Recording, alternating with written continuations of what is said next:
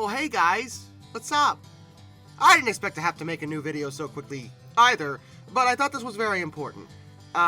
Because new information has come to me relatively quickly regarding my last video about the Railroad Museum of Pennsylvania, where I simply questioned what's going on with the Roundhouse Project because, well, it hasn't been done and no one's really made a formal announcement about it in literal years, even though they hit their funding goal on that project.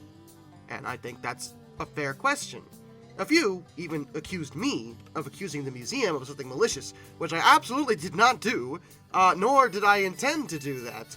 I even made it very clear that I think the museum is great, and I think you should go and support them, and I believe the staff do care. I said this, so anyone saying otherwise is kind of just a big liar who didn't even hear a word I said.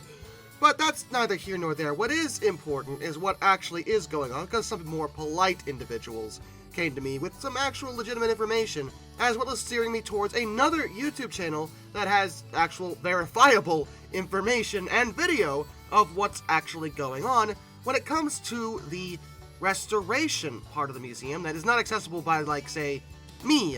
As far as anyone seems to know, the Roundhouse Project is still a thing they're going to do. But the plan, it seems, is they want to cosmetically restore the outdoor locomotives, at least most of them, before they actually build the roundhouse. The other YouTube channel is known as Mike's Metal Fab, and he's made several videos of him actively at work on one of the locomotives, Pennsylvania Railroad 1670, which is a B6. He's also given frequent updates regarding what's next in terms of the restoration project, which is great, because, look, I never meant to imply that I thought the museum was intentionally letting these locomotives out here to rust. I am certain, without a shadow of a doubt, that they absolutely don't want to leave them out here. My criticisms had nothing to do with the museum itself. It was where the money went that was given to build the roundhouse, and that question actually still doesn't seem to have a real answer. I don't know whether it's still just hanging out until they actually break ground. I would assume that's the case, but perhaps they've repurposed it because they want to restore the locomotives first before they build the thing.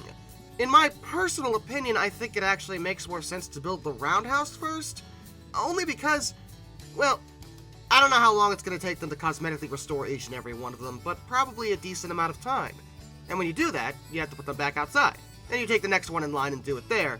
But by the time you're at the end of the line, wouldn't the first one also be suffering wear and tear again? I mean, I guess it depends how long this is really going to take, which is a while. They can't just do this overnight willy-nilly.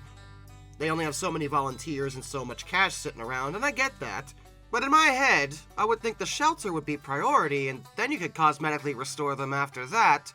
But that's just me. I'm sure they have a very fair reasoning behind it. Nothing about that last video, and I want to stress this, was meant to slander the museum at all. Oh, by the way, that yellow structure thing behind is not... Okay, well, it is a structure, but only in the loosest of senses. That's not necessarily a shelter. That is a sandblasting tent. As soon as someone said it, I'm like, oh, that is what that looks like. That makes more sense. And that's good.